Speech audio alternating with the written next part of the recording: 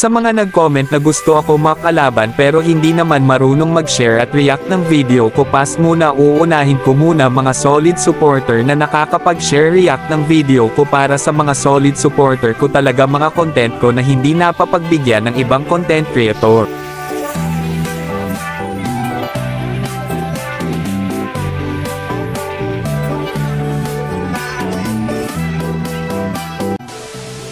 Namili ako sa mga nag-message request sa akin ng makakalaban at nakita ko nga ang chat ni Louie. Agad ko nga ito binuksan, sabi niya Terra Idol 1 versus 1, hindi ako manghihingi ng Steam, gusto lang kita makalaban. Niyaya ko nga siya at reply niya sa akin ay ito, grabe ngayon pa wala na akong CD. Kaya naghanap ako dito ng ibang makakalaban at nakita ko dito chat ni Renner Faben Causes, sabi niya dito Idol sana mapansin mo, pwede mahiram time mo, sana po maka 1 versus 1 kita cho.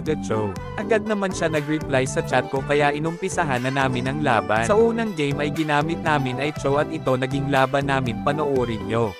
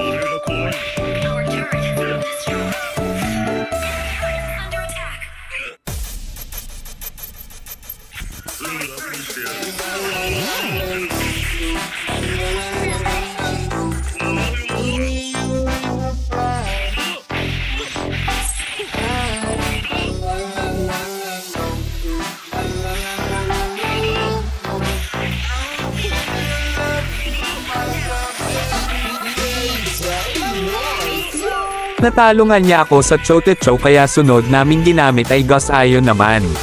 At ito ang naging laban namin, panoorin nyo.